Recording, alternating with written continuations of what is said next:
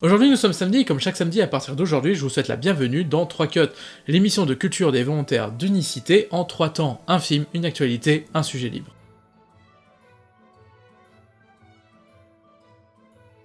Le film du jour est Les Aventures du Prince Ahmed, le plus ancien film d'animation à notre connaissance. Bien entendu, ça ne signifie pas que c'est le premier film d'animation de l'histoire du cinéma, au contraire, on sait que c'est pas le cas, juste que c'est le plus ancien auquel nous ayons accès. C'est un film allemand réalisé par une femme du nom de Lotte Renninger et il date de 1926, soit 11 ans avant que Disney nous impose l'idée qu'ils ont réalisé le premier film d'animation avec Blanche-Neige, ce qui du coup n'est pas le cas. L'histoire du film, eh bien vous la connaissez sûrement déjà, parce que c'est très inspiré des contes de Mille et une nuits, et notamment le conte d'Aladin et celui du cheval volant. Alors pourquoi voir ce film ? Pour son intérêt historique. C'est un film d'animation, donc c'est un film qui se trouve au croisement des arts. Mais encore plus celui-ci, car il est animé avec des silhouettes découpées. Et de fait, il est au croisement entre le cinéma et le théâtre, parce que c'est un procédé qui trouve son héritage dans le théâtre d'ombre européen, qui consistait à projeter sur un écran, eh bien l'ombre d'une marionnette. Et c'est une question qui se pose encore aujourd'hui. Et oui, parce que les procédés esthétiques de ce film sont les mêmes procédés que ce théâtre-là, les plans fixes, le mouvement par les corps, ce genre de choses. Et aussi, pour vous donner un peu envie de voir ce film, je trouve que c'est un des plus beaux films muets que je connaisse. Pour moi, chaque plan de ce film pourrait être un tableau. Alors faites-moi plaisir, allez le découvrir. La plus grosse actualité de ces derniers jours, c'est bien évidemment l'annonce du gouvernement vis-à-vis du fait que les salles de cinéma vont réouvrir. Cependant, ce qui est vraiment intéressant, c'est ce qui se passe derrière. Outre l'interdiction de vendre du popcorn pour des raisons d'hygiène, puisqu'il y a une pandémie, je sais pas si vous en avez entendu parler, le monde du cinéma se retrouve face à un dilemme.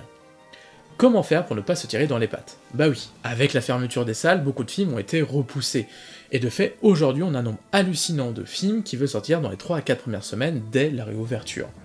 De fait, sachez que le CNC est en train de travailler ça avec le gouvernement, le ministère de la Culture notamment, pour trouver tout simplement un accord cadre de calendrier avec les distributeurs.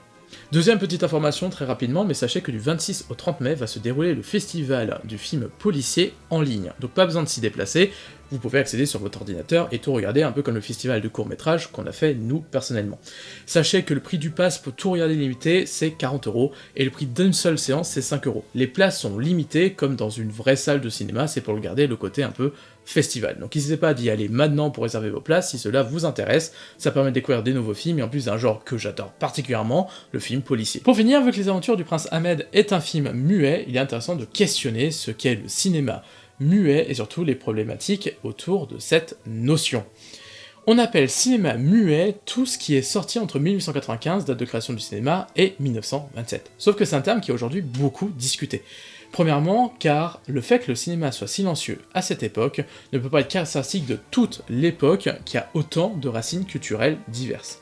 Un peu comme aujourd'hui, on peut pas dire que tous les films qui sortent soient des films parlants, parce qu'entre Avengers, Un jour si blanc et Le Chant du loup, bah rien à voir en fait. Et deuxièmement, parce que le terme en lui-même muet ramène un peu vers un handicap, il y a souvent un sous-entendu que, avant le parlant, bah le cinéma, il serait inabouti, que la période muet, c'est une espèce de faux cinéma. Alors que c'est pas du tout le cas, et d'ailleurs, je suis sûr que ça peut plaire à tout le monde, parce que, bah on peut faire le pari, je suis sûr qu'individuellement, on peut trouver un film que vous trouverez sympa à voir et à revoir. Et d'ailleurs, il faut savoir que instinctivement ou volontairement, très rapidement, les réalisateurs vont trouver une manière de rajouter une expérience acoustique à leur film. Et le meilleur exemple de ça, c'est mon film préféré de toute cette période, L'Aurore de Murnau, et je vous laisse avec un extrait.